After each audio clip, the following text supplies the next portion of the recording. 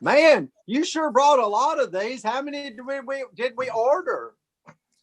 Well, it's not so much what you order, but there's a minimum order of 500. So I've got 500. I've got 500 robotic reindeer Well, for this town here. well, there's hardly 500 people in the whole town. I don't think everybody's going to buy a robot. Well, we can set some around the Christmas tree, and if they don't look, they won't notice where the reindeer are peeing, because they got to let loose of their even though they're robots, their extra oil. Yeah, The they're right. robots, the robots go to the bathroom. They're very realistic. I've never even heard of that. Well, I Well, mean, how do you clean it up? Is it?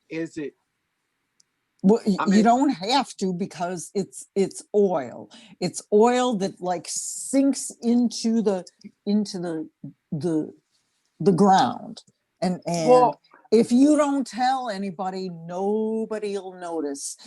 Just when they go out and they're on their front porch and they see this little puddle of oil, they'll just think that, I don't know, their Christmas decorations were leaking. wow, this is a lot different than I was thinking. Well, so I want to get back to this whole thing about the rhubarb. So you said that they started acting kind of crazy. What happens when they smell the rhubarb? Well, being that they're Rastafarian robots, they they they recall their memories, recall the times down in Jamaica when they were making them, and the robots would get they'd kind of get the munchies. And as we all know, rhubarb is the national fruit of Jamaica, and so they would just go I loose did out into the fields. not know. I did not know So that. so they had to be reprogrammed to react violently against the rhubarb smell, or else the Violently? Well, how? Well, what do you mean by violently?